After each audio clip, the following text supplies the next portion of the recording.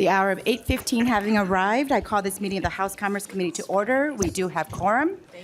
Our first item on the agenda is approval of the meeting minutes. Representative Chair Davids, have you had a chance to review the meeting minutes from March 25th, 2025? I have, Madam Chair, and I'll move the minutes of March 25th, 2025. Thank you. Chair Davids moves approval of the minutes for March 25, 2025. Any discussions? Seeing no discussions, all those in favor say aye. Aye. Any opposed? The motion prevails, and the meeting minutes from March 25th, 2025 are approved. Members, today we do have 5 bills up, and so it is a very packed agenda. We are limiting our testifiers to 2 minutes each, and so we are going to get the bill in the order that the author would like for it to be. We will have testifiers, and then we will go to member questions, and so if we could adhere to that, we'll be able to get through all of the bills today. With that, Representative Elkins is our first bill up today, House File 2028. Representative Elkins, it looks like you have a couple of amendments to your bill, so I'm going to move House File 2228 be laid over for possible inclusion in an omnibus bill. Representative Elkins, if you could explain the A1 amendment before we take action on it. Thank you, Mrs. Chair. Mr. Chair, yes, the A1 amendment is just improvements in language that was suggested by the staff of the Legislative Coordinating Commission and House Research. Thank you, Representative Elkins. Any discussions to the amendment? All those in favor say aye. Aye. Any opposed? The motion prevails and the A1 amendment is adopted. To the A2 amendment, Representative Elkins. Yes, Madam Chair. So once the bill was dropped, I was reached out to by 2 additional organizations that I think should be at the table, the Building Owners and Managers Association and the Minnesota chapter of the Community Associations Institute, which is the trade association for the homeowners associations, which have been particularly hard hit by this issue. Thank you. Any discussion to the A2 amendment? Seeing no discussion, all those in favor say aye. Aye. Any opposed? The motion prevails and the A2 amendment is adopted. Representative Elkins, to your bill is amended. Great. Thank you, Madam Chair. So we'll try and keep this as tight and quick as we can. If you were around the Twin Cities this weekend, you probably saw this headline in the Star Tribune that says, "Buildings face 400% spike in insurance." I'm sure everybody around this table has had contacts from their constituents, especially if they're members of a condominium association, which is these 400% price increases on property and casualty insurance have become typical. And we all know that the root cause of all this is climate change. It's a nationwide issue. The nature of the issue is different depending on which region of the country you're in. If you're along Florida, the Gulf Coast, it's hurricanes. If you're out west, it's fires. Here, it's hailstorms. We had one hailstorm a few years ago that one storm generated something like $13 billion in hailstorm damage claims. So I have been working on this since last summer, mostly originally at the behest of the homeowners associations in my district who are having extreme difficulties just even getting homeowners insurance. So I've been working on a reinsurance backstop bill. I may still introduce that just for discussion purposes, but it quickly became clear that the problem was broader than just homeowners associations. And in fact, this draft of this bill was first brought to me by representatives of the nonprofit housing industry that have been severely impacted. This issue is impacting both the viability of nonprofit housing providers, and it's one of the several conditions that are contributing to the whole multifamily housing construction market just kind of grinding to a halt right now.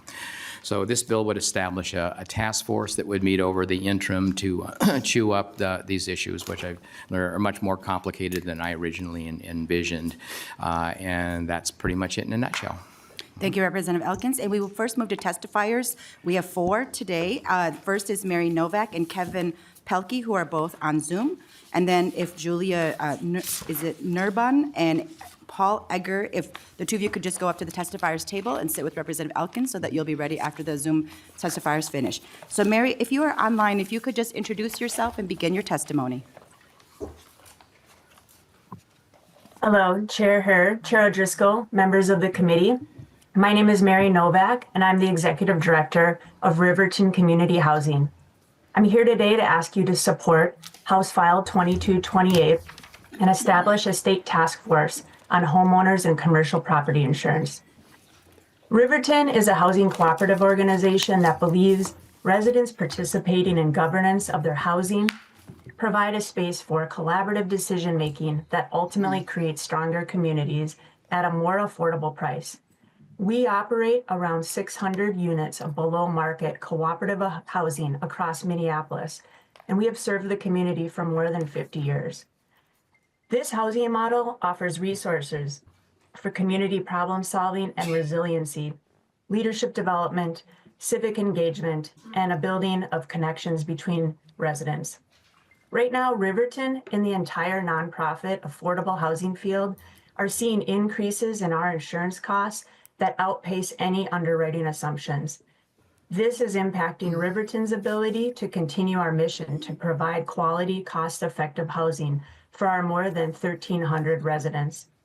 For example, for our portfolio, we submitted as many as 50 applications to get just one quote with a high premium and deductible with less coverage overall. This has resulted in unsustainable premium growth. In the past 4 years, we've seen premiums increase by 60% when we used to see only single-digit year-over-year increases. We need your support of House File 2228 to establish a statewide task force to examine homeowners and commercial property insurance and hopefully identify solutions to the growing issues faced by housing providers and homeowners. We must take measures now so affordable housing properties stay open and stay affordable. Thank you so much for the opportunity to testify. I'm available for any questions. Thank you, Ms. Novak. If you could just stay on the line in case our members have questions for you. And members, I forgot to announce in testifiers that if you have preferred pronouns you would like for me to use, please do so. Please include that in your introduction of yourself. Our next person to speak is Mr. Kevin Pelkey. And if you could introduce yourself and begin your testimony. Thank you, Chair Herr and members of the committee. My name is Kevin Pelkey. I'm the Executive Director of Lakes Area Habitat for Humanity serving Crow Wing, Cass, Hubbard, and Wadena counties. We are one of 24 local habitat offices across the state. Thank you for the opportunity to testify today in support of House File 2228 and share our concerns about the rising cost and the decreasing availability of homeowners insurance, particularly as it impacts low-income home buyers and homeowners across Minnesota. Selling homes to families at an affordable price is controllable at the time of sale. For us, we cap that at 25% of income. However, keeping mortgages affordable is more difficult than ever. One of the issues is with homeowners insurance premiums. Renewal statements for homeowners premiums no longer surprise us. In the last 12 to 24 months, premiums have consistently doubled and in some cases tripled. Renewal premiums on simple habitat homes now commonly are outpacing their ability to make their payments with high deductibles. For low-income households, these premiums and these deductibles are not affordable. Of equal concern is that in some locations, finding a carrier willing to write policies is growing more difficult and leaves families with no option but more expensive coverage. One family of ours was dropped for home issues, even though there had been no visit to the property. This homeowner scrambled and finally did find a carrier, but at 3 times the premium as the carrier who dropped her and with no claims on that policy. Tackling this challenge requires collaboration among policymakers, insurers, housing providers, and other key stakeholders. House File 2228 takes a critical step by creating a task force to convene experts, assess the issues, and develop recommendations to improve insurance affordability. Please support House File 2228. Thank you, Representative Elkins, for championing this legislation, and to MCCD for their leadership. And thank you again for the opportunity to testify. Thank you, Mr. Pelkey. Our next testifier is Julia Nurbin. Please identify yourself for the record and begin. Thank you. My name is Julia Nurbin, and I'm the Executive Director of Minnesota Interfaith Power and Light. And I'd like to thank this committee for taking up House File 2228, which would create this task force to look at the issues affecting homeowners and commercial property insurance in Minnesota. Many of you have probably experienced the hailstorm that happened on August 11th of 2023. And maybe you remember the baseball-sized hail that came down from the sky. And while it only took 25 minutes for that storm to pass through, this turned out to be a $1.8 billion weather event. In the months since then, over half of the houses on my block were awarded a new roof by their insurance companies. People were sort of celebrating this. And yet, no surprise, our premiums steeply went up. In a recently released report by the Consumer Federation of America, Minnesota and the Minneapolis metro area in particular both ranked near the top of regions experiencing diminished affordability and availability of insurance. Minnesota has seen a number of insurers leave our state market in the last couple of years. And we are also seeing coverage reduction and premium increases that outpace inflation as these weather events continue to proliferate. Having insurance is almost always a requirement for receiving a mortgage. You've heard from advocates of the affordable housing market who are concerned. So are we.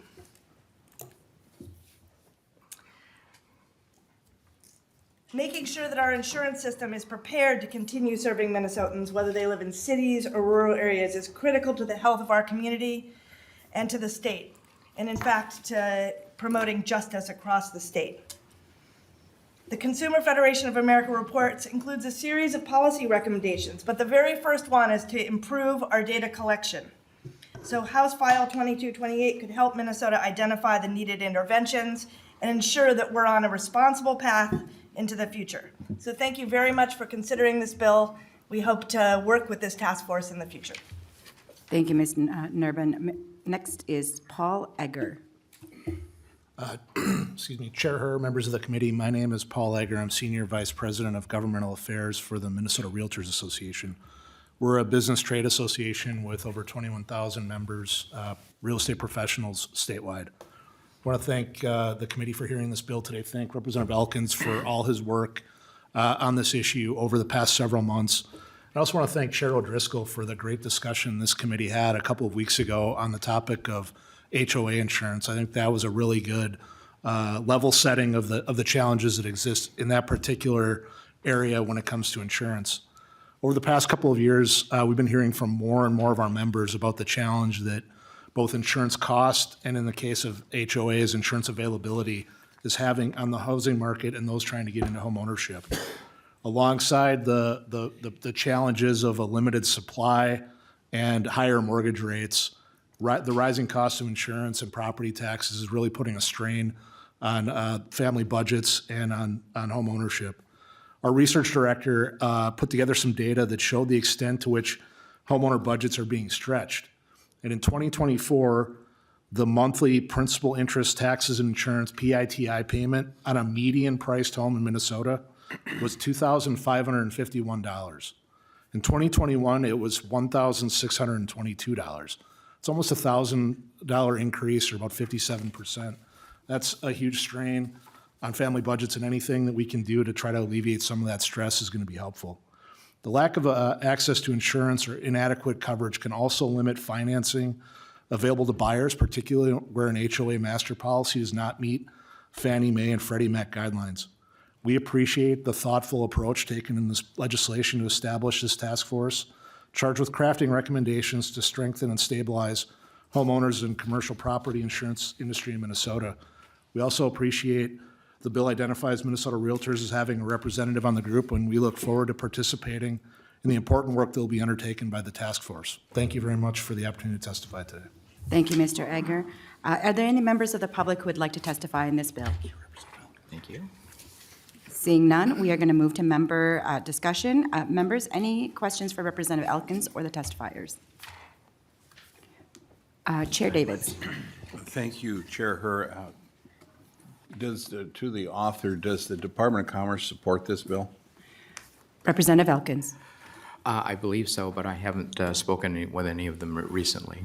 So this would be a legislative initiative under the aegis of the Legislative Coordinating Commission over the summer. Chair Thank you, Davids. Madam Okay. Any further discussion before I go to Chair O'Driscoll? Representative O'Driscoll. Thank you, Madam Chair. And Representative Elkins, thank you for bringing this forward.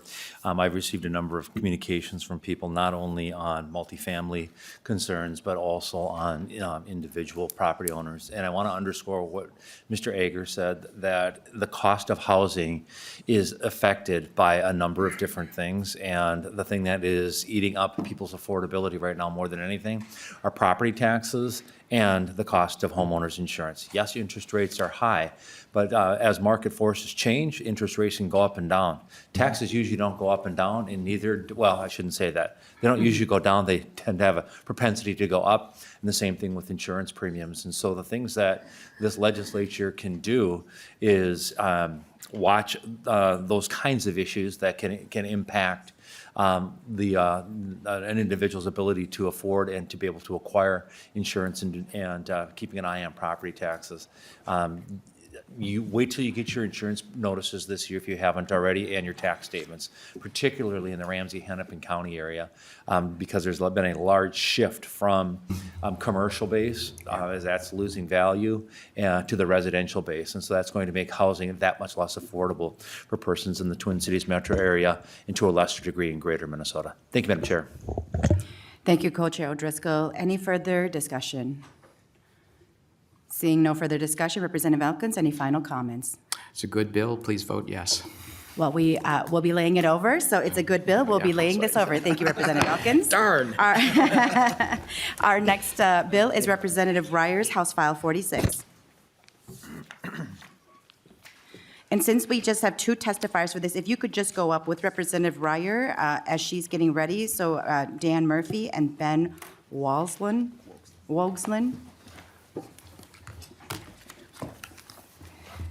And I will move Representative Reyer's House File 46 be laid over for possible inclusion in an omnibus bill. Representative Reyer, there is a amendment, the DE2. If you could just describe that amendment before we take action. Thank you, Madam Chair. The DE amendment, it simply expands on the original language, making it more clear and understandable, and testimony will be based on the DE2. Thank you. Any discussions on the DE2? Seeing no discussion, all those in favor say aye. Aye. Any opposed, nay. The motion prevails and the DE2 amendment is adopted. All right, Representative Reyer, to your bill as amended. Thank you, Chair Herr and members. House File 46, the Dental Assignment of Benefits Bill, is a consumer-friendly dental insurance bill. It gives plan enrollees the right to request that payment for services they receive be sent directly to the dentist, even if the dentist is out of network. This helps consumers by reducing the amount they have to pay up front for services rather than paying the full amount and waiting for reimbursement from their dental plan. Assignment of benefits also makes life just a little easier by taking out one more set of transactions. One less deposit, payment, and reconciliation to do for medical bills, one less annoyance. This is a voluntary step, so only consumers who want to do this will choose to, and they'll need to request it in writing.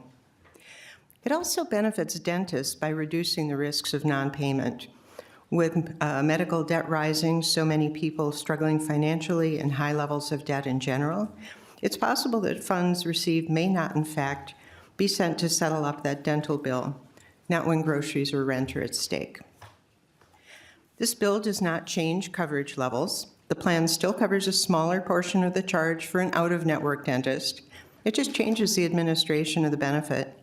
And to the extent that it makes administration easier for dentists too, it may even serve as an encouragement for those dentists to consider going in-network. Now I'd like to turn it over to the testifiers, and we'll look forward to your questions. Thank you, Representative Reyer. Our first testifier is Dan Murphy. Dan, if you could identify yourself for the record and begin. Co-chairs Herr and O'Driscoll and members of the committee, my name is Dan Murphy with the Minnesota Dental Association. Thank you for the opportunity to testify in support of this bill today. Mr. Murphy, if you could pull your mic forward just so we could hear you a little bit better. Thank you. Is that better? Thank you. Thank you for the opportunity to testify in support of this bill today, which, as Representative Reyer indicated, establishes an assignment of benefit law here in Minnesota. Similar laws exist in over half the states of the United States, but not Minnesota. This bill is about one fundamental principle, giving patients the option to control where their out-of-network dental benefits are sent. This is something that both patients and dentists have requested and seen the need for. When a patient sees an out-of-network dentist, their dental plan often sends reimbursement directly to the patient because the dentist does not have a contract with that plan. Not all plans do that, but some do. This often means that patients, one, pay up front and wait for an unknown period of time for reimbursement to be received. Two, they must navigate complex paperwork and insurance delays. And three, many patients, especially those on fixed incomes, experience financial strain, which can sometimes lead to delayed or prolonged care elsewhere. This bill would also remove these burdens by requiring dental plans to honor the patient's request. And I want to be clear, this bill does not mandate that all out-of-network payments be sent to the dentist, only those that the patient requests. For dental offices, many of which are small businesses, this bill can help reduce administrative costs that are often incurred when attempting to collect a payment from a patient after the service has been provided. For dental plans, this bill can reduce administrative expenses by eliminating the need to issue paper checks to patients who then must turn around and forward that payment to providers. As mentioned already, some insurers already reimburse the rendering provider, but not all do. This bill simply allows the practice to occur for all patients upon request. Allowing patients to assign benefits can help increase patient utilization. By removing financial barriers, patients are more likely to seek necessary treatment, leading to better oral health outcomes, which should appeal to dental plans wanting to have the best for their enrollees. Some insurers may oppose this bill, arguing that it could discourage dentists from joining their network. However, there is a study that analyzed provider networks in at least 4 states and have found that provider networks have remained strong. And while no study is perfect, this is precedent that provider networks will continue to remain strong. And like I mentioned, over half the states have similar laws, and provider networks have been very strong there. In short, House File 46 is a common-sense, patient-centered step that helps enhance access to care, reduces financial burdens, and promotes fairness in dental benefits. If patients are paying premiums for dental insurance and still choose to see an out-of-network provider, Mr. Murphy, if you could wrap up your they testimony. deserve to have the right to see where their money goes. Please support this bill today, and I'm happy to answer any questions you may have. Thank you. Up next is Ben Wogslin. Please identify yourself for the record and begin. Yes, thank you, Madam Chair, Co-Chair O'Driscoll, members of the committee and committee staff. My name is Ben Wogslin. I'm the Vice President of Government Affairs for Delta Dental of Minnesota. I'll keep my comments brief, but I want to start by thanking the author and also Mr. Murphy and the Dental Association for meeting with us and being open to a conversation about our concerns with the bill. There is a written submission in your packets, but I want to just outline a couple of those real quickly. First of all, I want to level set just that from our perspective, networks provide incredible or very important, significant value to both providers and patients in Minnesota. Providers that choose to join a network have access to a higher volume of patients because the plan's patients most often look to in-network providers due to the lower out-of-pocket costs that they're going to see. And in exchange for that, providers agree to accept discounted rates, typically below the list price. Which helps keep out-of-pocket costs down for patients and overall costs down for employer groups purchasing coverage. Providers also get the benefit of accurate and timely claims payments. Today at Delta Dental, we pay 95% of claims within 1 day, process hundreds of thousands of claims per month with over 99% claims accuracy. Under the current system, out-of-network dentists already have a mechanism to receive compensation. We do not have a direct relationship with out-of-network providers. That relationship is with the patient. The payment goes directly to the patient, and then they can make that portion of the payment to their provider. Very likely, however, they are going to pay additional costs, potentially up to the list price, to that out-of-pocket or out-of-network dentist that are going to be typically higher than an in-network dentist. So we also think that the bill has the potential for a couple of unintended consequences, and I'll wrap this up here, Madam Chair. We think there's a potential for confusion for consumers and a couple other consumer protection limitations that are outlined in the letter. Primarily, we're concerned that if a provider indicates to a patient that they need him to fill out paperwork in order to bill their insurance, we think that there could be the misconception that they are in-network because they're billing insurance directly under this, and that therefore the patient could be confused into thinking they're in-network and not understand that they may be paying higher out-of-pocket costs for that remainder up to the list price that those out-of-network dentists can charge. So I know time is short. I'll leave it there. I'd refer you to our written submission. I, again, want to thank the author for talking with us and agreeing to continue to talk as we go forward in the session. Thank you. Thank you. Members, are there any members of the public who wish to testify? Seeing none, we will move to member discussions. Members, any questions for Representative West? Thank you, Madam Chair. I happen to come from a long line of dentists. My father is a dentist. My brother is a dentist. I've never paid for dental care in my life, and I'm very appreciative for that. So I've heard a lot of dinner table conversations about dental insurance, mostly around how it's not really insurance, it's a benefits program. You know, it's very, very different. I think my question is for the representative from Delta Dental. My brother currently operates New Brighton Family Dentistry. Highly recommend seeing him. He's a great dentist. He says, well, if they come with insurance, we'll figure it out. Doesn't matter who it's from, we'll figure it out and take care of it. So I'm curious, and I've never heard him complain about it not working, eventually anyways. What is the process that a dentist like that goes through? Because he doesn't express any issue with just accepting any dental insurance that comes his way. Mr. Wogslin? Yeah, thank you, Madam Chair, Representative West. You know, the majority of providers in Minnesota do decide to be in network. You know, for those that don't, again, the process currently would be we would pay the out-of-network benefit directly to our member, and that they would pay that aspect of the payment that they owe to that provider directly to the provider subsequent to that. Representative West? So just to make sure I'm following this bill, this basically makes it so it goes to the dentist instead of the provider. Instead of to the patient. That sounds like an Mr. Woggs. improvement from just my experience as son and brother of dentists. Representative West, is there a question? And I'm sorry, I didn't hear. Well, I'm not even certain.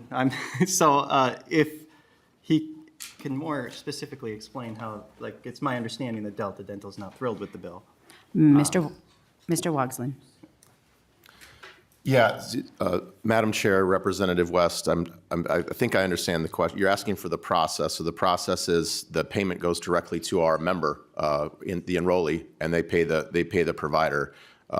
You know, we don't hear concerns about that process. Obviously, you know, the Dental Association and the providers would like that payment to go directly to the provider, and that's where we have the disagreement.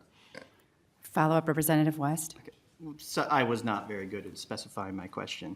What's the additional, like, specific burden that could result? I mean, any kind of fiddling with insurance or a benefits program in dental insurance case, the concern is it raises costs for other consumers. Is there a specific aspect of paying the dentist directly that would raise costs for other consumers? Mr. Wogslin? Madam Chair, Representative West, that's a good question. I'd have to think about that. Not that I can articulate at the moment, but the other challenges, as are laid out in the letter, again, out-of-network providers don't go through our credentialing process, which is a consumer protection to our enrollees. This bill would force us into a relationship with a provider that we don't have a contract with, doesn't go through credentialing, maybe a provider that we may have even removed from a network for some reason. And so that's part of the concern. And then secondly, for the patient, if there is some level of confusion about whether it's in network or out of network, that's where we draw the concern or distinction, because they are going to pay typically higher costs out of pocket when they go to the out-of-network provider. I hope that Any answers your further question. questions, Representative West? And we're going to move on to Representative Finke. No? Okay, all right, Representative Finke. Thank you. Chair Herr, I'll keep it very brief. Isn't there a part of the process to avoid confusion when the dentist could tell the patient you're not in network and thus avoid that confusion? Representative Reyer. Thank you, Madam Chair. Representative Finke. Yeah, I think the communication piece is something that we'll talk about more, just to make sure that it's really made clear. But to me, you know, when I think about my experiences with a dentist, I don't think I would know if the out-of-pocket I was paying, if I were in network or out of network, was higher, because my out-of-pocket when I'm at the dentist is high already. So to me, that's something to be thought about, but it's not a primary concern. Any further discussion? Seeing no further discussion, Representative Reyer, any final comments? Thank Thank you, Madam Chair and committee. I think it's a good bill. I think it's consumer-focused. We talked a lot about what do the dentists want and what do the health plans or the dental plans want. I want to always remember that the person who's getting care is at the center of the discussion. So appreciate the support. Thank you. Thank you, Representative Reyer, and House File 46 is laid over. Our next bill on the agenda is Representative Moller's bill, House File 856. Representative Moller, are you here? Okay. And we do have 4 testifiers here, and one is on Zoom. If I could actually get Ron Elwood and Patrick Hines, if you could just come up and sit at the table with Representative Moller, Chair Moller. And so I will move House File 856 be laid over for possible inclusion in the omnibus bill, and there is a DE2, Representative Chair Moller, if you could just talk through the DE2 amendment before we take action. Thank you, Madam Chair. The DE2 is the bill, so if you don't mind moving the DE, and then I can talk about it with the bill presentation. Fantastic. We will go ahead and move the DE2 amendment. All those in favor say aye. Aye. Any opposed, nay. The motion prevails and the DE2 amendment is adopted. Representative Moller, to your bill as amended. Thank you, Madam Chair. And after hearing from the dentist, I'm like paranoid that something's wrong with my teeth right now. So, all right. So this bill, members, Madam Chair and members, really comes from complaints that we've been hearing from our constituents about some issues with homeowners associations over the years. They've expressed frustration in trying to resolve disputes about fines, assessments, and other issues with their HOAs. And often homeowners have no place to turn for help. Part of the problem is that the statute governing HOAs is lengthy, complex, and highly technical. And really, as a result of some of these issues that we've been hearing, we enacted a working group a couple of years ago on common interest communities and homeowners associations. And one of the key areas of discussion of that group was around dispute resolutions. One of the 41 recommendations that they made was the creation of a common interest community ombudsperson. And so that's what this bill does. It creates that ombudsperson. And importantly, that person will help with both homeowners and HOAs. The amendment that you just adopted reflects conversations with and input from the Community Association Institute that represents HOAs.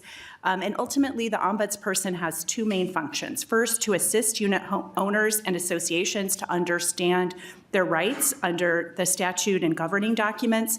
And second, to facilitate dispute resolution between unit owners and HOAs.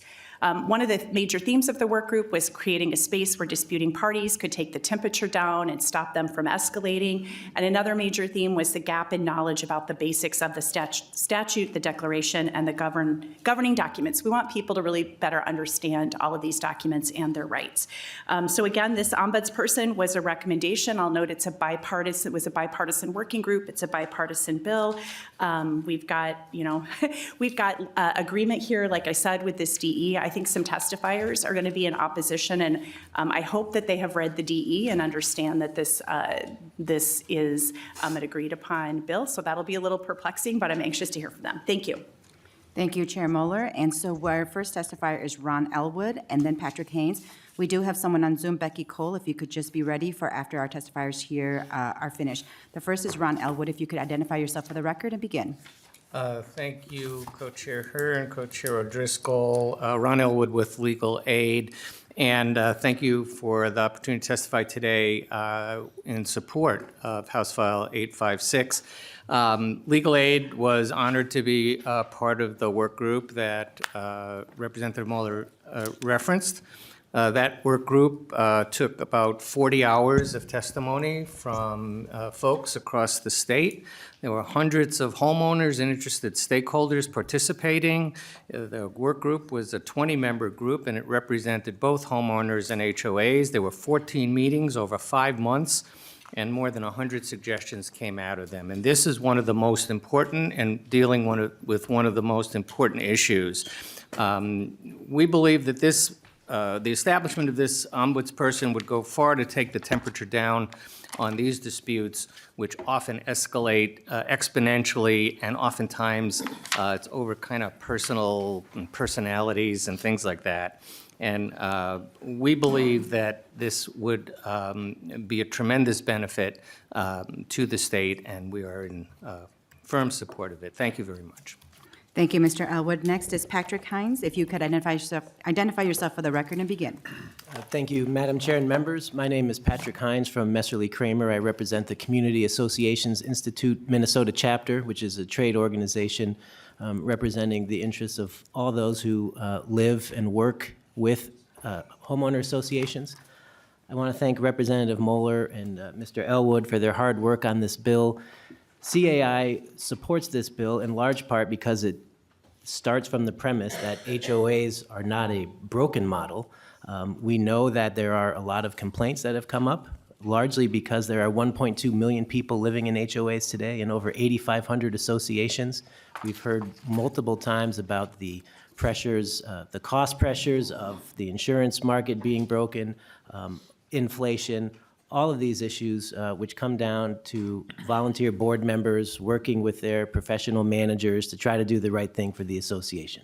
So this bill, I think, is important, as Mr. Elwood said, to try to relieve some of the pressure, give residents an opportunity to be heard if they feel like they're not being heard, to give the volunteer board members an opportunity to ask for help if they're struggling to resolve an issue, and to give a neutral third party the opportunity to collect some data and maybe report back to the legislature, tell the legislature what the trends are, what the issues are, and hopefully better inform the legislation that might come out of the legislature in the future. So again, thank you, Representative Moller.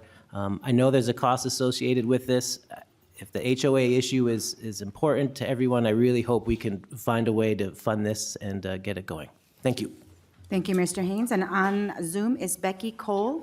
And Becky, before you begin, if I could just get Sandra Weiss to come up to the testifiers table as well. Becky, if you could identify yourself for the record and begin.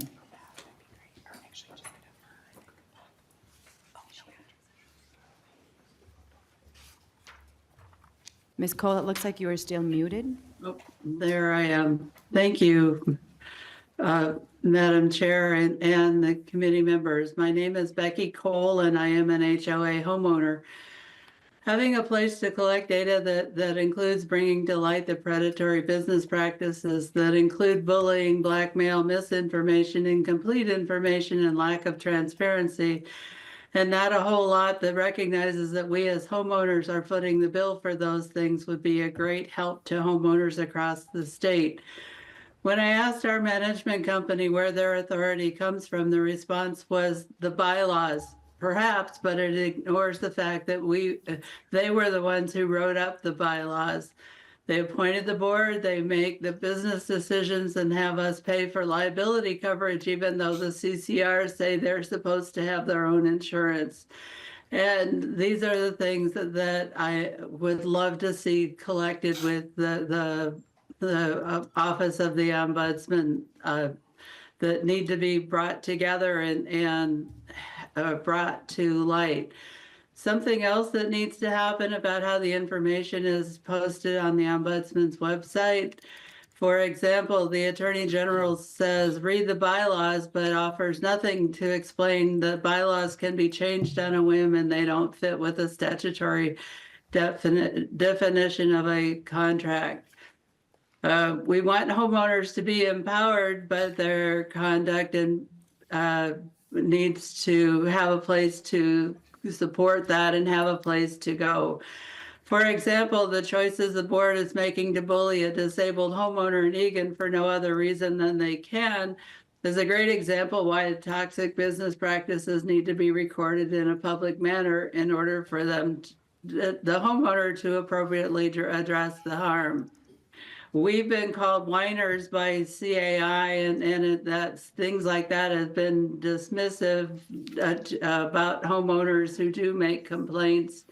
But we need somebody to call that kind of thing wrong and offer and have some way to defend against it. So I love the idea of having a third-party neutral place to go where we can bring our challenges to somebody who is willing to listen, because that's not currently a process that works well within our current system. If the boards and other places were interested in making better choices, we wouldn't need the legislature to get involved. I've heard from homeowners all over the state, and Ms. this is Cole, if you something could that is wrap up, important Ms. Cole, if to you could us. wrap up your testimony, please. Thank you. And it's time for a new industry standard, and this bill will help us get there. Thank you. Then our last testifier is Sandra Weiss. Good morning, co-chairs Herr Driscoll. My name is Sandra Weiss. I'm a local restaurateur, mentor, board member, HOA member, advocate, and lifelong Minnesotan. I just became aware of the amendment this morning, so I am flipping. I'm now showing my support for House File 856. The original draft was incredibly vague and concerning to me on many levels. And the recent draft provided clarification that I was asking for every single point I was going to say.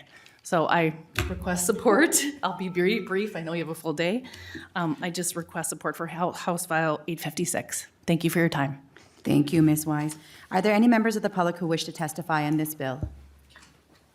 Seeing none, we will move to member questions. Representative Van Binsbergen. Thank you, Madam Chair. You know, I just, looking at this bill, I just really got to question what this is really going to accomplish. You know, you're going to spend, it looks like $700,000 every year for this person. I realize this isn't, my question, I got several questions, but you got 1.75 full-time employees. You know, a couple of my questions are wrong. What's this person going to really do? Are you going to take on every complaint that comes to the ombudsman office from individuals? It appears that, you know, I've dealt with associations for a long time. There is this process and a place for people to go. They can go to these associations got locally elected board members that they can go to discuss their issues. Often boards hire management companies. There's already a number of places people can go with their concerns. You know, so I don't know if you can answer a couple of those questions and, you know. Chair Moller. Thank you, Madam Chair. Thank you, Representative Van Binsbergen. As Mr. Elwood said, there were hours upon hours of discussions when they had the working group, and this was a common theme that homeowners didn't feel like they had a place to go. I have personal experience of that with my own father, my mom and dad, and with their homeowners association, with numerous constituents who have reached out to me. And we really think this person can explain what the law is, and particularly with the arbitration process, if there is a dispute, can really help both the homeowners association and that individual homeowner reach an agreement. And again, it was based on a ton of different testimony and recommendations from really across the spectrum of those involved in this. Representative Van Binsbergen, any follow-up? Well, you know, thank you, Madam Chair. I'm just not sure how many cases you think this person's, you know, there's hundreds of homeowners associations out there in Minnesota. And are they going to take on every complaint? You know, every time the phone rings, they're going to pick up the phone, and really, what are they going to be able to accomplish? They're going to have to look in the bylaws, and I just see no clarity and no real avenue other than a spot for people to go and air their complaints. Chair Moller. Thank you, Madam Chair. And I appreciate that, but there will be helpful in many ways. Like if a homeowner has a complaint that could be frivolous, the ombudsperson will be able to say, like, here's what the law says, here's what the situation is, and they'll be able to easily resolve that rather than escalating. I know that Mr. Elwood can probably add a little more since he was participating in the working group as well. Mr. Elwood. Madam Chair and Representative Van Binsbergen, you know, there are many ombudspersons around the state in various arenas, and they have been in large part very successful in handling the volume of complaints that come to them. The office the ombudsperson for long-term care, for example, gets many complaints and is able to handle them. The issue here really is that in this setting, HOAs are sort of these quasi-governmental entities with all the power of a government and no oversight whatsoever, which is the way it's set up, and that's all well and good, but that engenders distrust in many cases between the homeowner and the HOA. The management company, as you point out, if they have one, is certainly available to work on these complaints, but the management company works for the HOA. So there's really no independent, objective, third party where people can go, and that has been the major theme of, one of the major themes of this work group, that there's just no place for people to go. I'm going back to the same person who told me no in the first place. And so this is an opportunity. If you notice, the bill requires some plain language translation, if you will, of some of these complex laws and bylaws. The idea would be if somebody comes to the ombudsperson and they have a non-meritorious complaint, the ombudsperson can say, hey, look, you know, the law's not with you, so let's just go, you know, move on. And if there's a meritorious complaint, then potentially they can work this out without having people having to go to court and having temperatures rise, which happen frequently.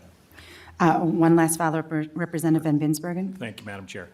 Well, there is a spot for them to go. They can go to their local board members that they elect. Every association's got a group of local people that they elect, and I guess if they don't like the answers they're getting, they can elect somebody else on that board. So, just a final comment. Thank you. Thank you. Representative Hewitt, if we Thank can you, be Madam. concise with our questions, because we have two other people after. Got it. Thank you, Madam Chair, and thank you, Representative Moller. I don't mean to rebuttal my good friend across the aisle there, but I'm going to have to because I'm involved in this mess as a realtor and as a state rep. People have nowhere to go in this state. There are multiple agencies that handle these little things, and they get lost, and these people get frustrated. The testifier was real clear on this. I get bullied. All of a sudden, my house is in foreclosure. Thank you, Representative Moller, for bringing this to us. I just signed on to the bill. It's a great bill. I hope we can do something, because right now, we're not doing much. Thank you, Representative Hewitt. We'll go to Representative West. Thank you, Madam Chair. Thank you, Chair Moller, for bringing this bill and working on it and improving it drastically. Like, it's a lot of work on a lot of bills, and you're a chair, so I commend you for that.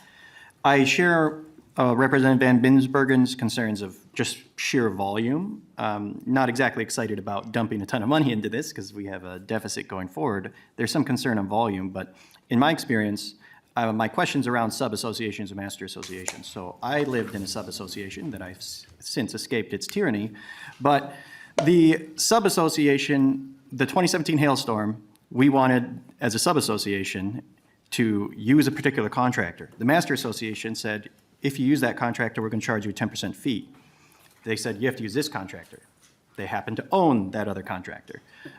So those are the concerns that have created a tremendous amount of animosity for me and why I like this bill. But I'm curious, would this also deal with the interaction between homeowner associations, not just the homeowners, but the sub and master associations? Chair Moller. Representative Ron Elwood, please.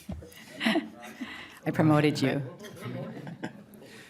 Thank you for the promotion, Madam Chair. And Representative West, this is really would be between the homeowner and the association. So if I understood your question, it would be the master associations or the declarants. It would only be once the association is formed and there's a problem between the board and the homeowner. Any follow-up, Representative West? Thank you. And we'll go to our last member question, Co-Chair O'Driscoll.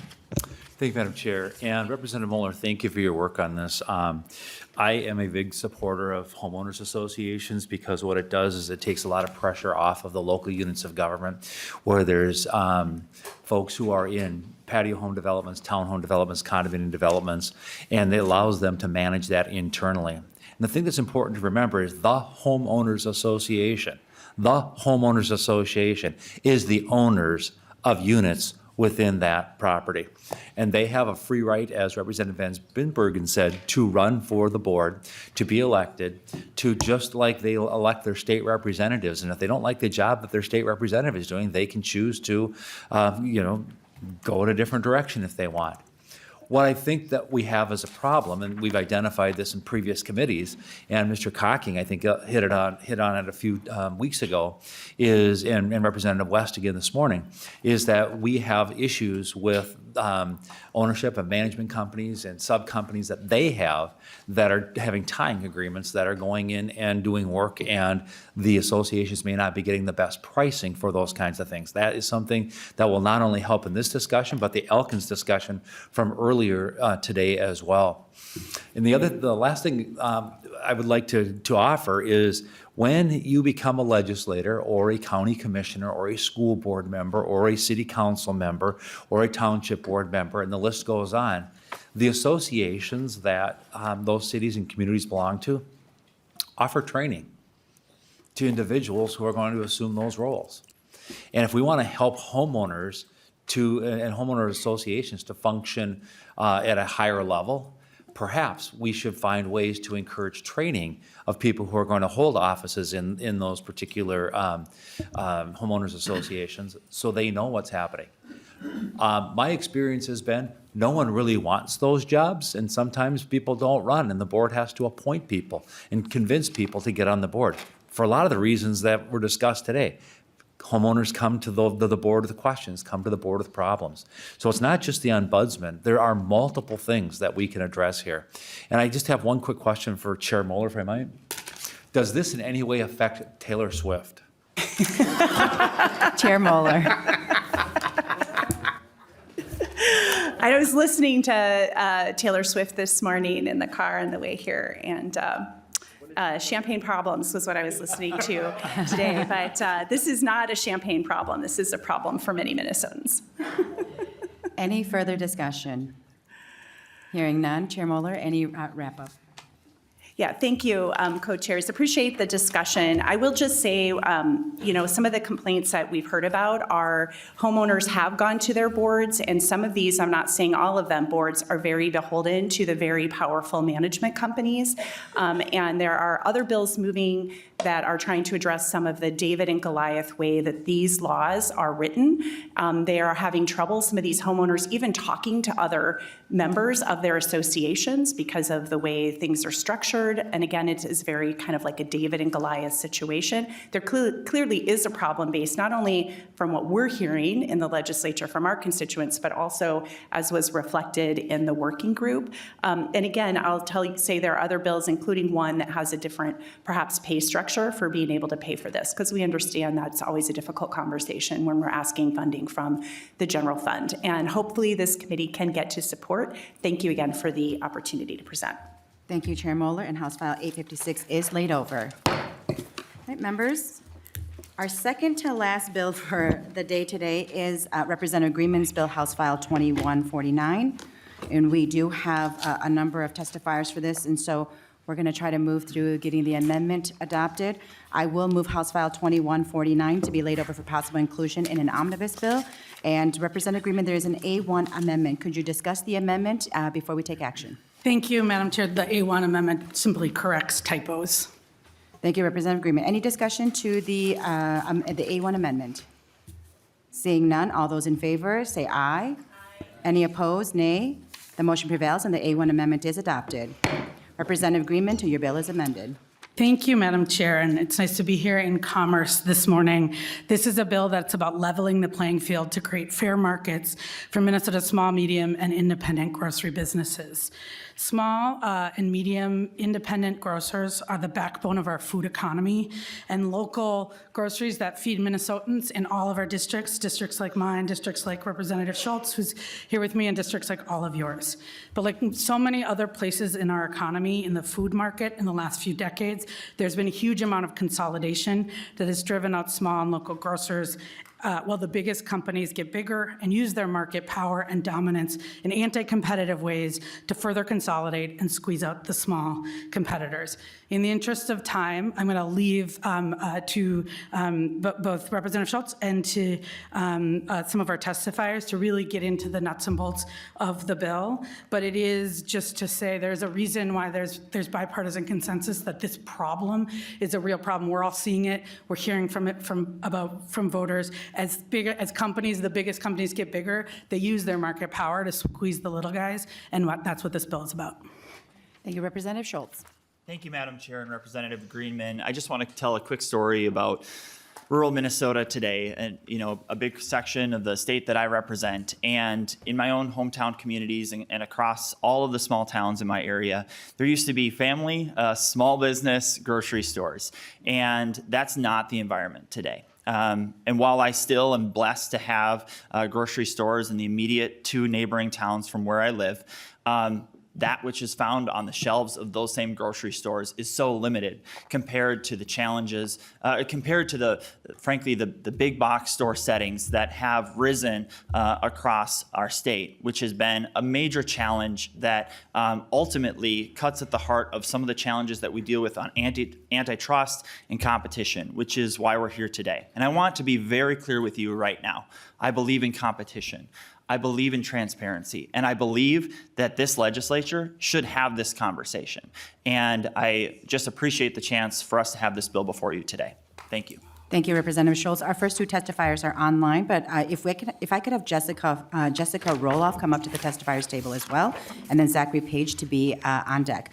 The first testifier online is Chris Jones. If you could identify yourself for the record and begin. Good morning, Chair Herr and members of the committee. My name is Chris Jones, and I'm the head of government relations at the National Grocers Association, which represents independent supermarkets and the wholesalers that service them across this country. In Minnesota, our members operate around 460 grocery storefronts and support over 47,000 jobs and contributing more than $380 million in annual state taxes. I'm honored to speak in support of the Consumer Grocery Pricing Fairness Act introduced by Representatives Greenman and Schultz. The bill addresses a serious and growing problem, the abuse of market power by dominant national grocery chains enabled by decades of weak antitrust enforcement at both the state and federal levels. Today, just 4 national retailers control nearly 70% of all U.S. grocery sales. These companies have grown so large that they can dictate terms to suppliers and agriculture producers, leaving independent grocers to pay higher wholesale prices and what consumers pay at those dominant chains. This distorted dynamic is creating 3 major harms. Number 1, consumers pay more, especially in areas where competition is lacking. Number 2, food deserts are expanding as independent grocers cannot compete and are forced to close in rural and underserved communities. Number 3, farmers and ranchers are losing their bargaining power with fewer buyers for their goods. The Consumer Grocery Pricing Fairness Act is a targeted, reasonable measure that only creates new obligations for dominant suppliers and retailers, those who have real market power. Contrary to what some in the business community have falsely claimed, it protects legitimate volume discounts while preventing discriminatory pricing that undermines the competitive process. We urge your support for this legislation on behalf of consumers, grocers, food workers, and producers across Minnesota. Thank you for your time, and I look forward to your questions. Thank you, Mr. Jones. Next is Ron Knox. Please identify yourself for the record and begin. Good morning, Madam Chair and members of the committee. I'm Ron Knox. I'm a senior researcher and advocate at the Institute for Local Self-Reliance, a Minnesota-based nonprofit where I study corporate concentration and monopoly power. I use he, him pronouns. I've seen it suggested that HF 2149 will somehow make groceries more expensive for shoppers in Minnesota. If lawmakers want to witness an economy in which grocery prices are sky high and getting higher by the day, they can simply look at the supermarket industry right now, where corporate dominance and concentration are the norm, where corporate profits are skyrocketing, and many shoppers struggle to afford a cart full of groceries. For many decades in America, we knew that the secret to maintaining low prices, high innovation, and strong self-reliant communities was a vibrant and diverse grocery industry fostered by our insistence on fair competition in our marketplaces. We insisted on this fairness in large part by banning price discrimination, where powerful retailers bully suppliers into giving them low prices while forcing smaller stores to pay more for the same goods. When the federal government stopped enforcing our federal law against price discrimination 40 years ago, the concentration of our retail economy really began. And today, Walmart accounts for $1 in every $4 spent on groceries in America, while the number of small retailers is half of what it was in 1980. Shoppers today struggle to afford basic necessities, yet as a Federal Trade Commission study has recently found, corporate profits among supermarket chains are higher today than they have been in many, many years. And we know that price discrimination lies at the root of this particular evil. Enacting HF 2149 would enshrine protection from price discrimination in Minnesota law. It would help Minnesota's independent grocers compete on fair terms and would preserve the competition needed to keep prices low, all while helping farmers and small manufacturers find more markets for the things that they grow and make. The bill would also close two key loopholes Mr. Knox, that if you could wrap up your testimony, please. Sure. The bill would also close two key loopholes that powerful retailers and consumer goods companies use. I want to thank Representatives Greenman and Schultz for bringing the bill forward. I urge lawmakers to pass this crucial piece of legislation, and thank you. Thank you, Mr. Knox, and my apologies for cutting people off. I just want to make sure we get through member questions as well. Up next is Jessica Roloff, and if Zachary Page, if you could also come up to take the other seat. Please identify yourself for the record and begin. Hello, my name is Jessica Roloff, and I am a member of the Minnesota Farmers Union. I also am the manager of the New London Food Co-op. We just celebrated being able to stay in business 1 year. I'm from New London. I'm born, raised, have lived there. I'm a proud farm kid. We had 4 to 5 grocery stores to choose from in the local communities. When I was a kid. We went 15 years in New London without a grocery store. It took 6 years of planning by community volunteers, fundraising, remodeling a 100-year-old building. We currently use 50% labor. And we're not asking for 50% of our labor is volunteer. We're not asking for favors. We're not asking for charity, but we're asking for fairness and transparency.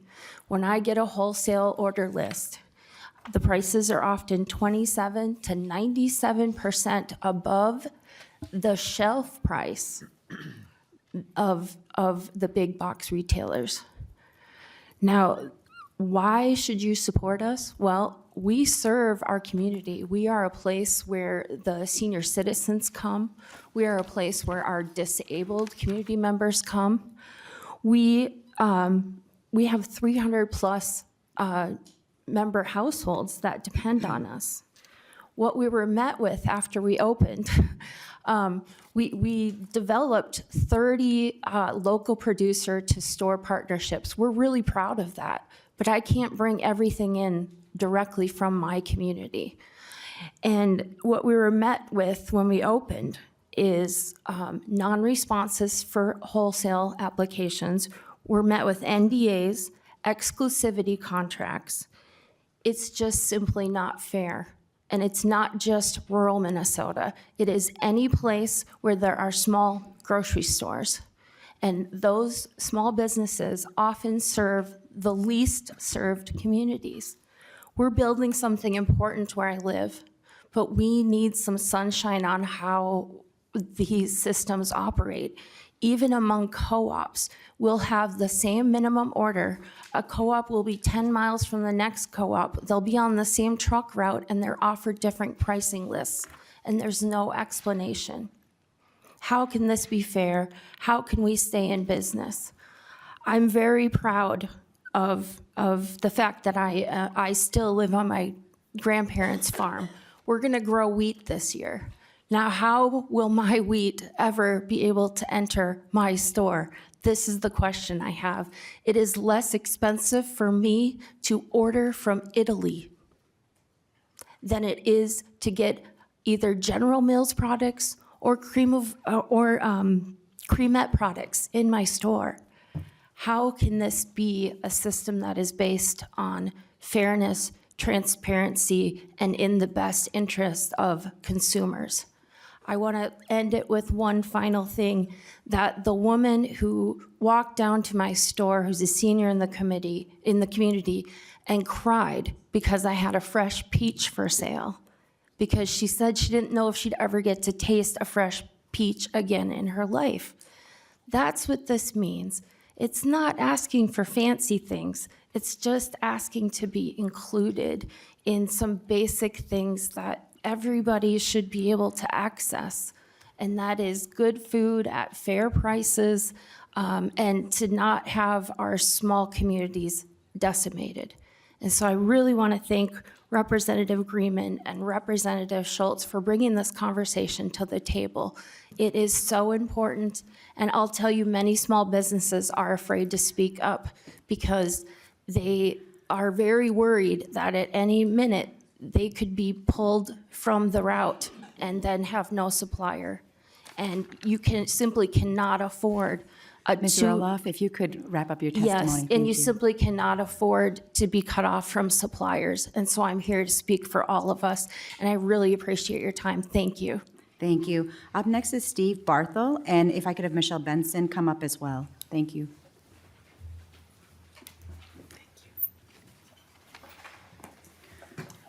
Please identify yourself for the record and begin. Good morning, Chair Herr and Chair O'Driscoll and members of the committee. My name is Steve Bartle. I'm Director of Government Relations for the Minnesota Grocers Association. For over 125 years, the MGA has been the leading voice of Minnesota's food industry. Our membership represents over 300 member companies, including retailers, producers, manufacturers, brokers, wholesalers. Together, the MGA operates over 1,300 locations and employs over 150,000 workers. We would like to express our appreciation to Representative Greenman and Representative Schultz for their leadership in recognizing the challenges of independent retailers and for looking for ways to address these issues. House File 2149 would strengthen business protections for local retailers, ensuring all businesses are operating on a level playing field and providing state regulatory enforcement for existing federal law. Minnesota has a vibrant culture of independent, multi-generational, and locally owned grocery and convenience stores. In fact, Minnesota ranks among the top 15 states in the nation for market share held by independent grocery retailers. Another fun fact, Minnesota is the only state in the country without either an Albertsons or Kroger store. This is a direct result of the strong, locally engaged independent retailers who continue to support their communities. Independent retailers are facing significant challenges: market consolidation, difficulties with product sourcing, as well as workforce shortages. In addition, our customers are facing the threat of higher prices as a result of government policies. Whether it's higher tariffs at the federal level or increased employer mandates at the state level, these policies drive up costs and make products more expensive for Minnesota consumers. Understanding these challenges, we support the goals of House File 2149. We are committed to continuing to work with all stakeholders to find solutions that will foster a marketplace where independent retailers can thrive. We believe this proposal requires careful, thorough examination and input from all sectors of the industry. We are in favor of a measured, thoughtful approach. To use the old adage, measure twice, cut once. We're hopeful that through continued discussion and collaboration, we will arrive at a solution that will provide meaningful protection for independent retailers. Thank you to the committee for your time. And thank you to Representative Greenman and Representative Schultz. Thank you, Mr. Barthel. Next is Michelle Benson, and after her will be Tim Wilkins. Please identify yourself for the record and begin. Thank you, Chair Herr, members of the committee, Representatives Greenman and Schultz. On behalf of the 6,300 members of the Minnesota Chamber of Commerce representing all sizes of businesses and industries across the state, and their over 500,000 employees, we respectfully oppose House File 2149. Costs matter to Minnesota businesses and families. We understand and support efforts to lower everyday costs of energy, housing, and food. This is why we support fair, open, and competitive private sector markets. Competition drives the best deals for consumers and forces innovation and efficiencies for the providers of goods and services. Enforcement of current state and federal antitrust law helps ensure fair competition, and one of the tenets of these antitrust laws is the protection of competition, not competitors. This competition ultimately benefits consumers, and it is that benefit to consumers that we should be looking for in this proposal. House File 2149 raises a number of questions. In Section 3, Subdivision 1, Paragraph 2, a covered retailer can ask for contract terms for the sale of a dominant retailer. What about the long-held business standard that contracts are private, that you cannot be compelled to share trade secret and proprietary information? Collaboration of contract terms is by its nature anti-competitive, and under this structure, the price of goods could converge to a single point, eliminating price competition and leaving consumers with no opportunity to seek a different purchase price for the same good. When consumers seek differentiated prices, a valuable signal is sent to the market about the worth of the good or service. Could a covered retailer seek contract disclosure from a dominant retailer that is outside an economically relevant market? Could a covered retailer in Windham be able to ask for a contract that applies to a dominant covered retailer in Duluth? These two entities would not be in competition with each other, but it appears this bill would allow that request. Is it the author's intention to put a geographic limitation on actions and remedies? I think this would be a good question to answer as this language goes forward. Can a covered retailer ask for terms given to a dominant retailer that operates online but delivers to a geographically relevant market or simply to the state of Minnesota? Ms. Benson, if you could wrap up your testimony, please. Thank you. We have deep concerns over the state moving forward in antitrust law that is largely managed at the federal level. This would be first of its kind language, untested in other states, unchallenged in the courts, and it would make Minnesota an outlier. This is complicated, and Minnesota should not go beyond federal law or become a legal outlier on this issue.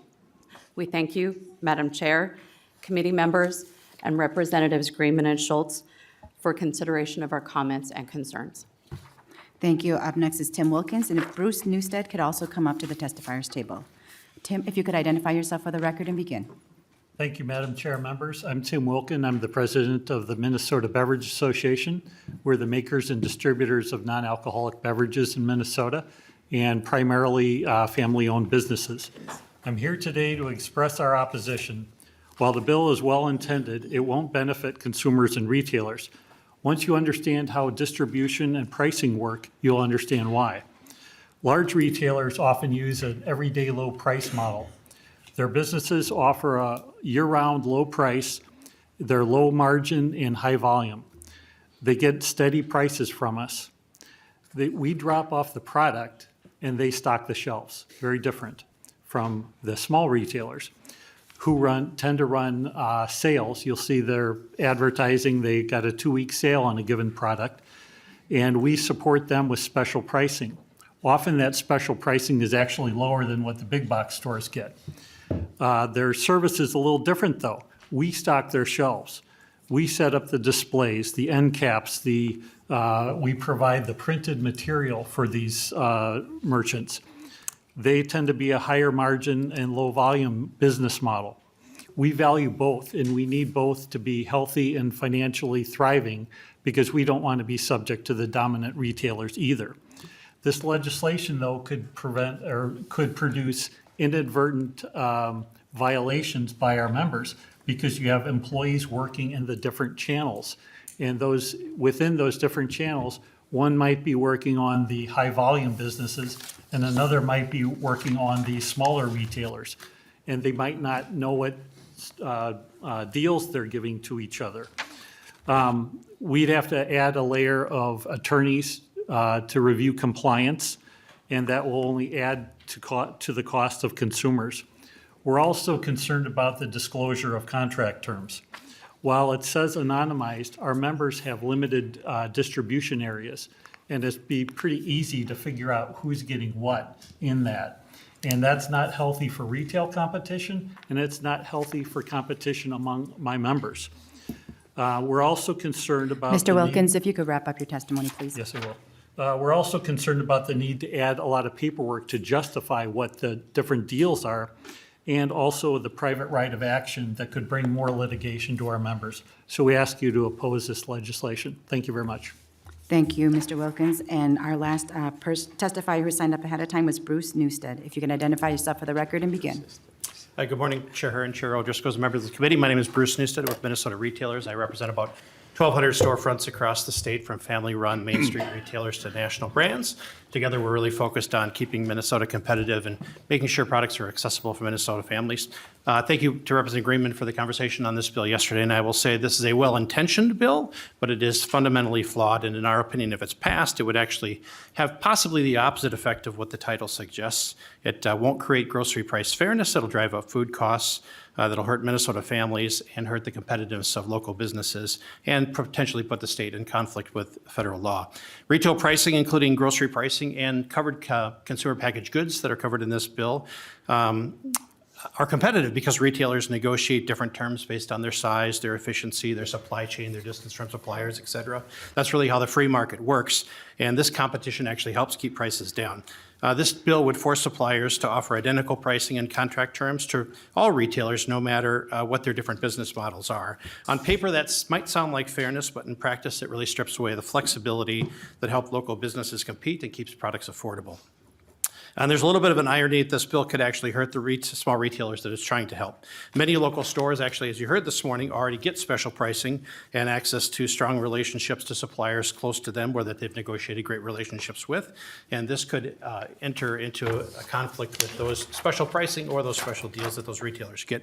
In some cases, small retailers do get better pricing than larger retailers because of their agility or their group buying participation, and House File 2149 would take that away. That's really not fairness. That's a uniform model that drives up price across the board.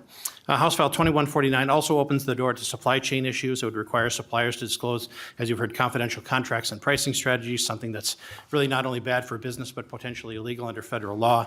The Robinson-Patman Act already addresses price discrimination, but only when it harms competition. This bill strips that away entirely.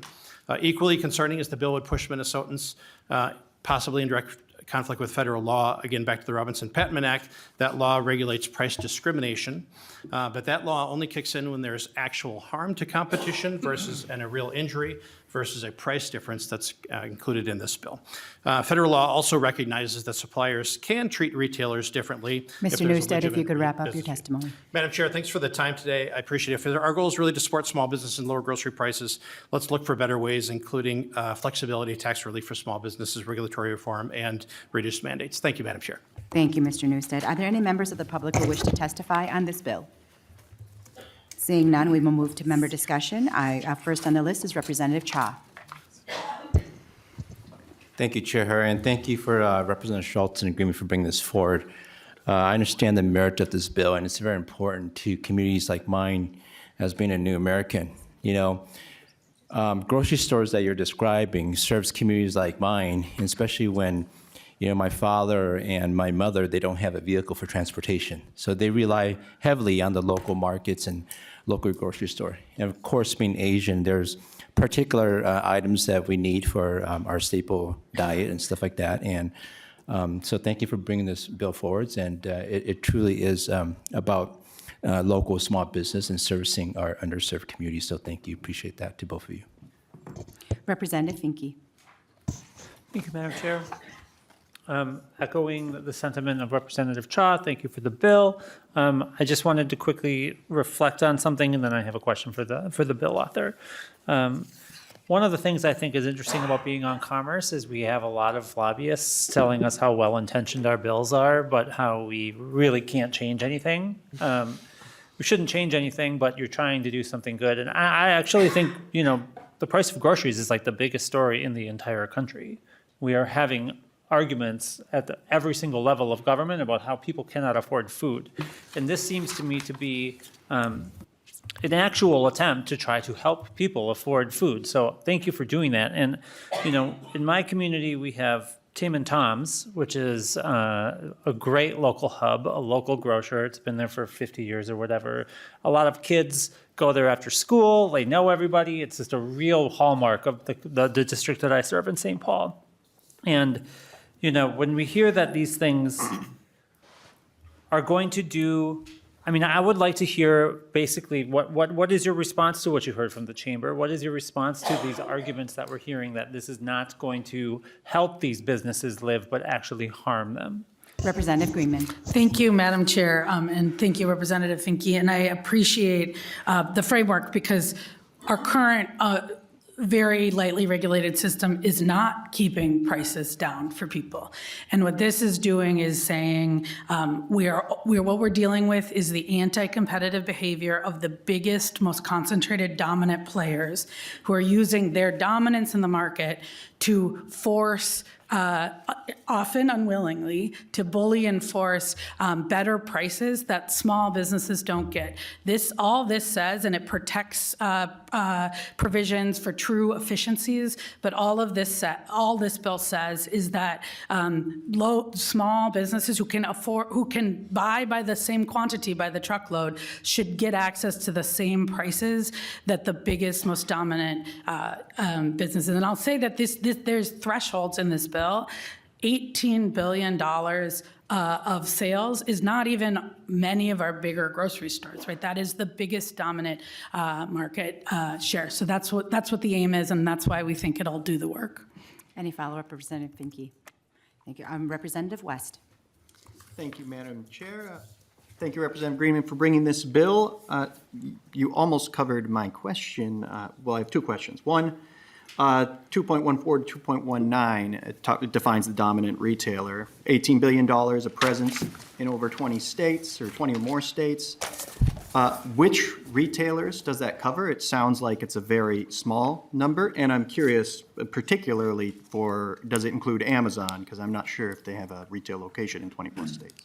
Representative Greenman. Thank you, Madam Chair. And I might have to defer this to our friends at the National Grocers. What I will say is, as we heard, 1 in 4 grocery dollars are Walmart, so it includes Walmart. I do believe it also includes Amazon, who owns Whole Foods. I know they don't have a big grocery footprint on their own, but I believe it owns Whole Foods, Albertson, and Kroger's. And if I can either get you a full list from Chris or I can take it offline, whatever the chair wants me to. But there is that list that we can provide. If your testifier who could answer that could come up in case there's further questions for them. Representative West, did you want follow-up on that, or would you like to take that offline? Thank you, Madam Chair. Well, it would be interesting to see a list. Obviously, you don't need to sum it up right now. I think this is just getting laid over, so we don't need to really go all the way. The other, I was shocked to see Representative Schultz up there, I'll be honest, what you put in his water. After hearing some, I was initially very opposed to the bill. I'm open to learning more, and that's why I'm curious who all does it affect.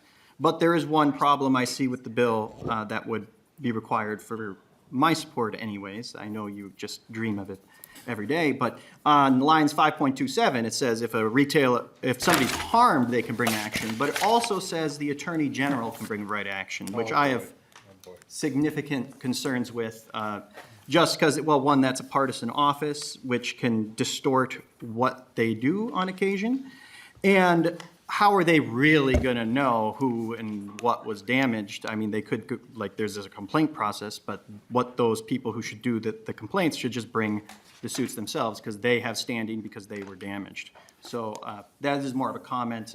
If we just struck the AG as being able to bring a case and kept it to those who are damaged, I think that would drastically improve the bill. Thank you, Madam Chair. And you mind if I respond? Just a quick response, and then Representative Greenman, if you want to just incorporate that into your closing comments. Mr. Jones. Yeah, just quickly, we only think the bill would touch about 10 or so total national retailers across the country. Amazon would be one of them. They're upwards of $60 billion in sales.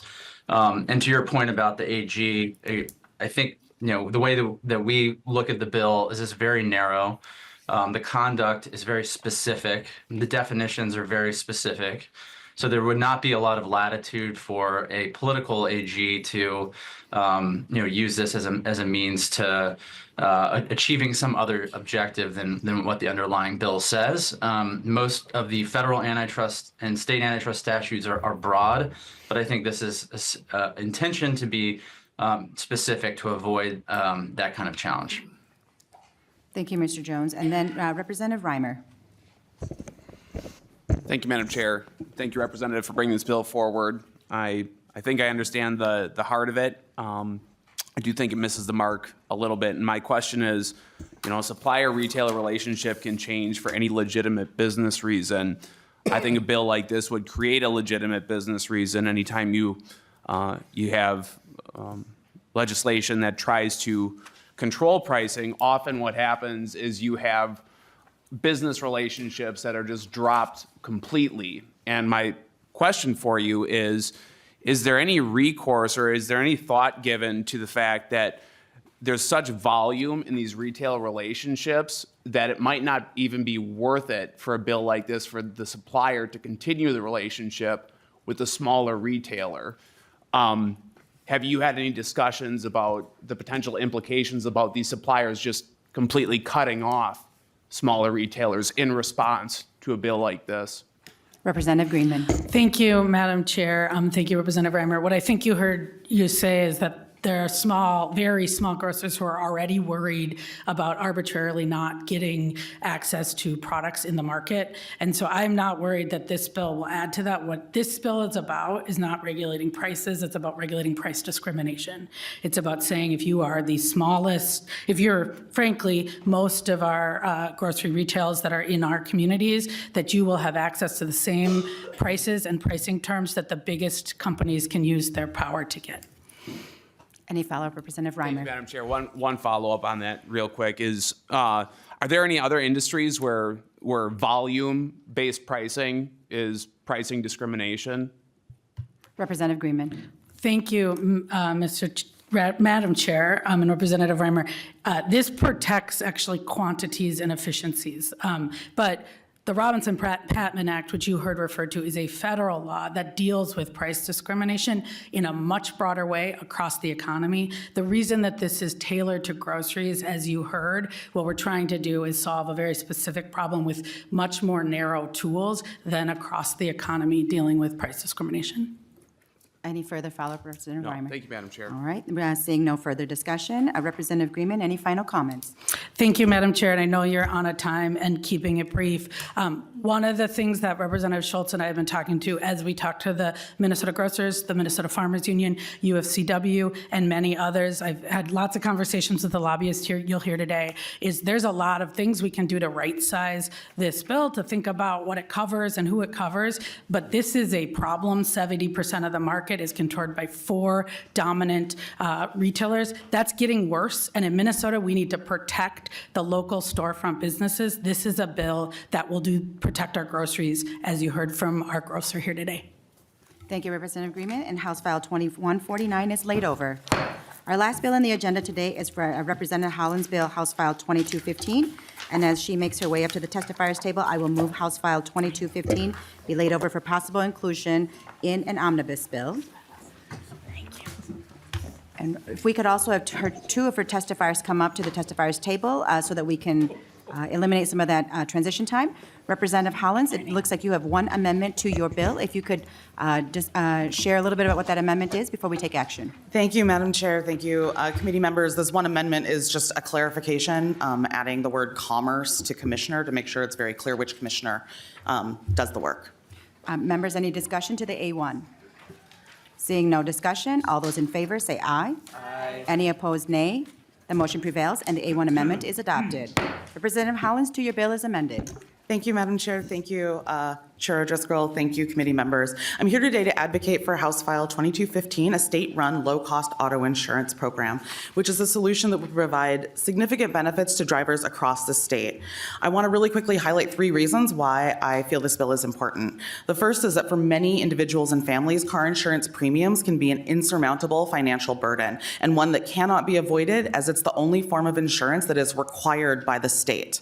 Not having it is punishable by a criminal penalty. Driving without a license, without insurance rather, can result in a $280 ticket, mandatory license revocation, possible vehicle impoundment, and a misdemeanor charge. Secondly, we know that private insurance companies determine the cost of their premiums using a variety of measures, including zip codes and credit scores.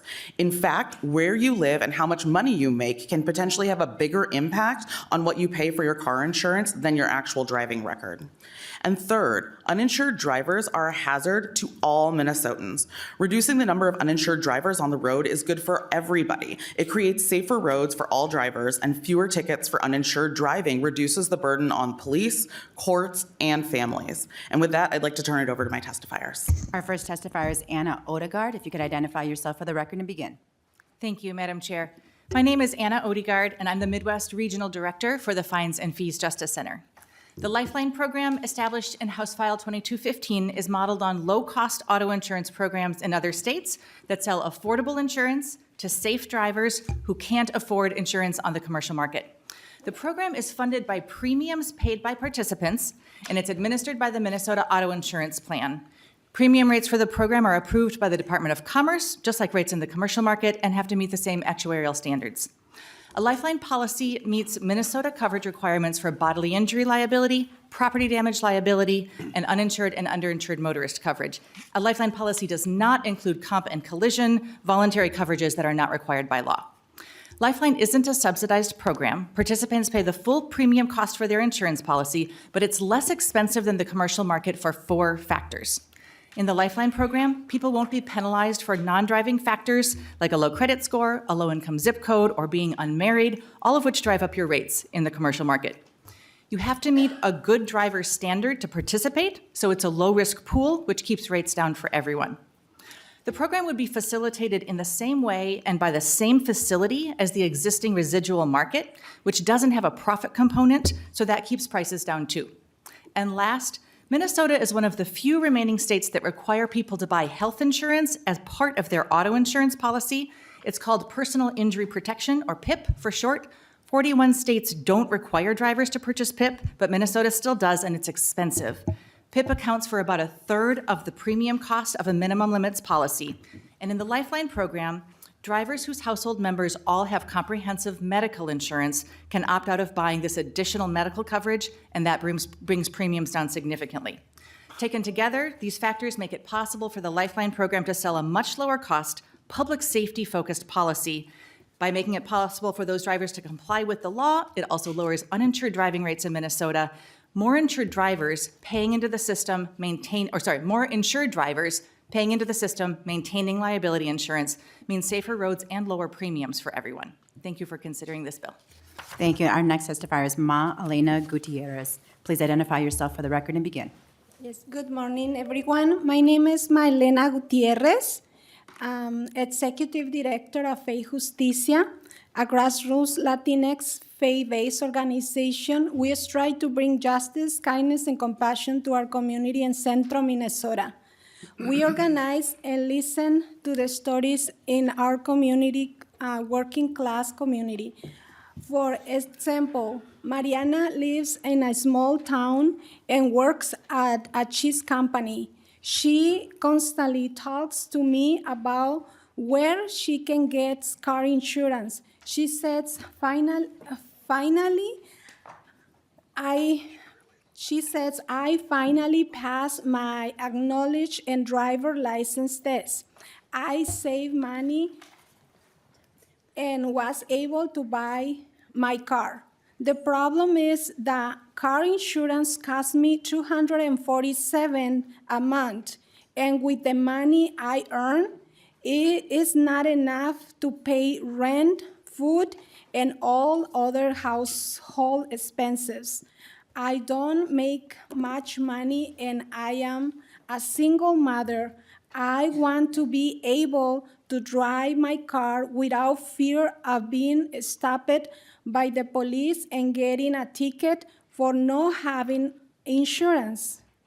If I drive like that, they will end up to canceling my license. And one problem caused another problem. As an immigrant, I want to do what is right for me and my family.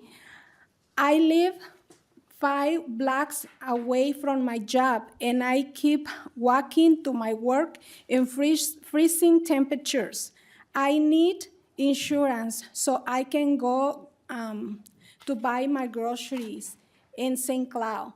Like Mariana, there is many more single parents who only have one income in the household and need to be able to pay all their household expenses. They are looking for affordable car insurance to meet the car requirements. Please support Bill HF 2215. Thank you. Our next testifier is Kendra Gagner, and if we can also have Travis Matthews come up to the testifiers table. Please identify yourself for the record and begin. Good morning. Thank you for allowing me to be here. My name is Kendra Gagne. I work currently employed by Comcast, but I am also the chair of the CAP-RW Head Start program here in Ramsey County. To have a bill that would allow everyone to be insured at an affordable rate would be phenomenal. Being a single parent of 3 children, one 18, 13, and 3, and having to pay a high amount of auto insurance has been a burden for me and my family. When my son turned 15, trying to show him the right way to live and put him through driver's education, at 16, he received his driver's license. In June, I received my insurance renewal where I was excited because I had made that 3-year no moving violations and was excited for my insurance premium to go down. However, instead, my premium went from $216 a month to $518 a month.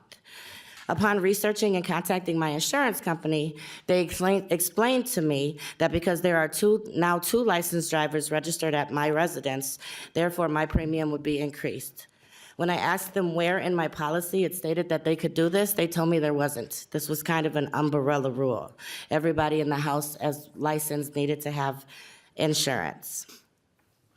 I was able to negotiate with them, and I now pay $418 a month instead of $518. It's a little over $5,000 a year.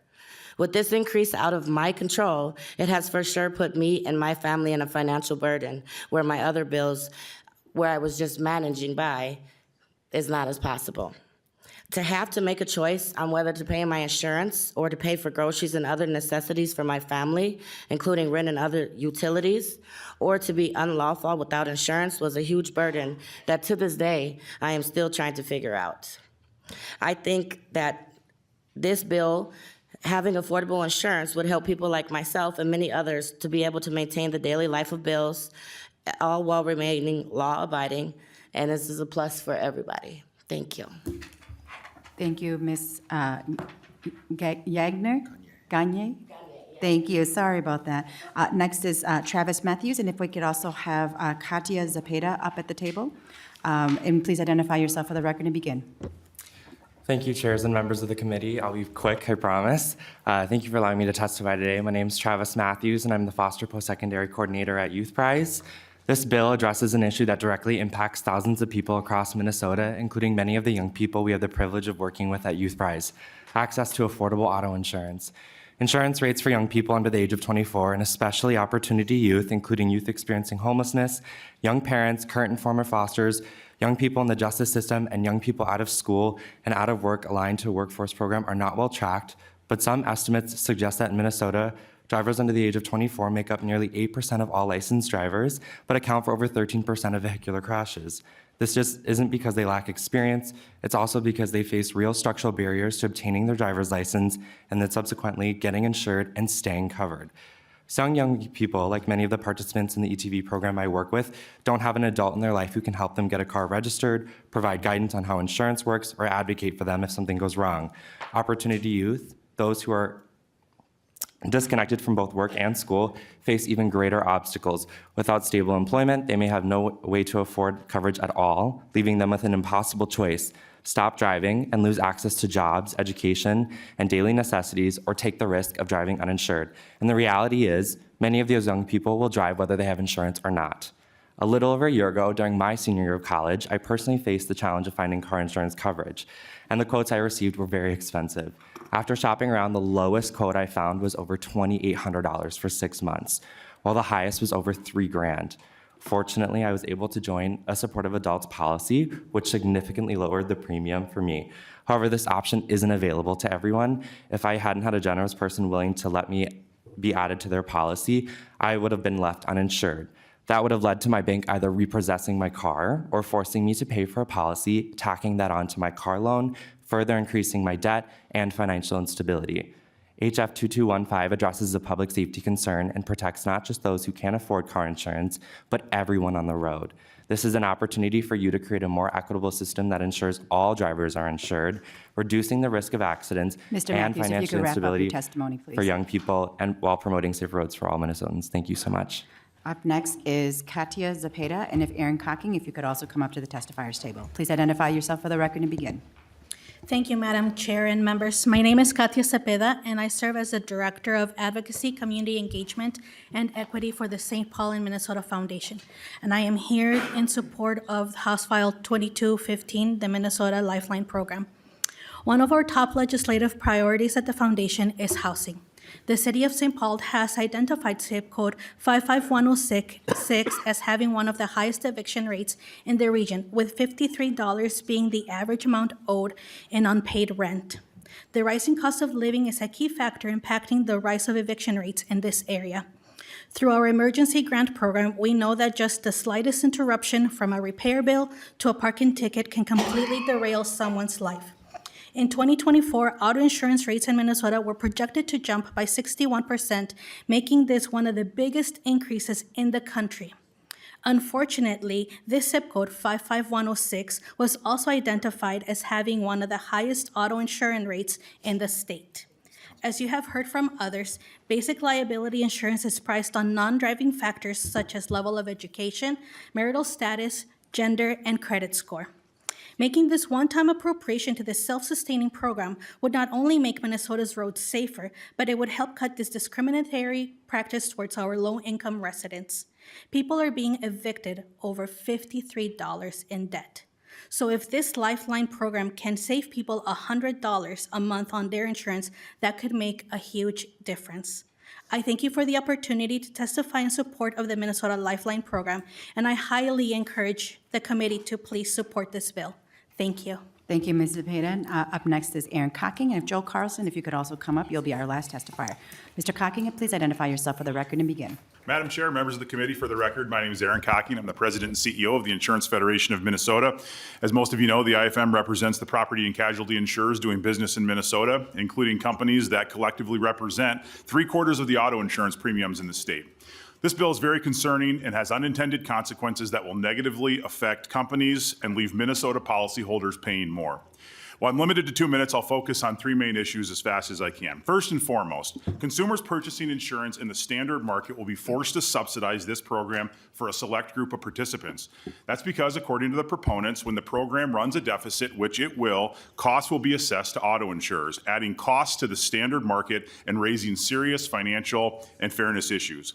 We do know that standard market consumers will pay a surcharge to fund marketing and outreach for the program, and that surcharge will trigger retaliatory tax consequences for Minnesota domiciled insurance companies doing business in other states. And the administrative cost of collecting this fee may exceed the amount actually collected. Second, the 25% cap on geographic premium variations likely forces policyholders in greater Minnesota to subsidize policyholders in the metro area despite meaningful differences in risk profiles. Third, policies issued under this program should be subject to the same consumer protection requirements as laws as standard policies. This includes market conduct, data privacy, data security, cancellation, and non-renewal rules. This bill also does not require physical damage coverage for these policies, making them of no value to anyone who finances a vehicle and must satisfy lien holder or lessor insurance requirements. In closing, the insurance industry has raised these concerns since this bill surfaced 6 years ago, and unfortunately, the bill has not improved much with age. Simply put, subsidized rates for one group of policyholders will lead to higher premiums for other insured drivers. That's not good policy, and it's surely not good for the 90% of drivers who have insurance now. If we are truly serious about improving insurance affordability, we should focus on addressing the real cost drivers impacting all Minnesota drivers, not carve them out for a state-run program for select few. This means tackling risky driving behavior, soaring vehicle repair Mr. costs, Cocking, if and you legal could wrap system abuse. These are the issues driving up premiums across the board, and solving them benefits everyone, not just some consumers. Happy to answer any questions. Thank you. Our last testifier is Joel Carlson. Identify yourself for the record and begin. Thank you, Madam Chair, members. Joel Carlson. I'm here on behalf of the Minnesota Association for Justice, which is a professional association of lawyers across the state of Minnesota that represent people that are injured through someone else's fault or negligence. And we support the goals of this bill, absolutely. Everyone wants to have lower insurance rates. Our issues are more technical in nature with how the bill is constructed. Minnesota's financial responsibility laws are based on the premise that the motoring public should bear the costs of automobile accidents. This bill shifts that burden to private employer insurance, to the government, or to the person injured themselves because they don't have any coverage at all. We think that moves us away from the goal of what we have had in Minnesota on our compulsory insurance since 1940, that the cost of automobile accidents should be borne by the motoring public. This bill removes the medical pay provision of our auto insurance. So if you're injured in an accident and you don't have one of the other coverages, or you thought you had it and you don't, that provides uncompensated care, and you will find providers that are unwilling to treat auto accident victims, which I don't think helps anyone. The bill doesn't really provide any limits on the value of a vehicle, like California has been mentioned. They have a $25,000 limit on the vehicle that you can insure under this program. Our underinsured rates in Minnesota is actually, according to the Insurance Information Institute, is 8.7. California, with this low-cost option, is about 17%. So we think there are ways that we can get at this issue without selling what we think is substandard insurance to people who have low incomes. Thank you, Madam Chair. Thank you, Mr. Carlson. And we are out of time, members. I know there's a number of people waiting to testify, but I'm waiting to have comments, but this bill is being laid over. I'm going to give the last word to Co-Chair O'Driscoll, and then any final comments from Representative Hollins. Representative O'Driscoll. Thank you, Madam Chair. Personal injury protection is not only to protect the injuries of a vehicle owner and insurance holder, it is also designed to protect the legally, and I want to underscore legally uninsured persons who might be involved in an accident. In addition to medical benefits, it also provides replacement services and additional coverage. It is a $1 coverage. There is no deductible on personal injury protection. If an individual is forced to go to their own homeowners, or to their own health insurance policy, where they may have a large deductible and a large copay, there is no insurance whatsoever, and it creates additional uncompensated care, which this committee is very aware of. In addition to that, if a person doesn't have insurance, they may end up having to go to the Medicaid system, which is horribly backlogged right now in taking applications, evidenced by the experiences that Regents Hospital is having here in St. Paul. And finally, it also tinkers around with the uninsured motorist coverage, motorcycle coverage, which will continue to drive the cost of that. This bill is not ready to be passed out of this committee and needs a lot of work. Thank you, Madam Chair. Thank you, Representative Driscoll. And Representative Hollins, any quick final comments? Thank you so much for allowing us to have this bill heard. I want to note that when we talk about where the cost is coming from, the insurance industry made $88 billion in profits last year. So saying that it's the reason that we are in this situation with rising costs has nothing to do with whether people are safe or not. It has to do with a industry that is designed to make profit. And so what we are trying to do is fill in a gap for a market that is sorely lacking. I appreciate the opportunity to have this conversation. I hope we can continue talking about it. Thank you. Thank you, Representative Hollins. This bill is laid over, and we are adjourned.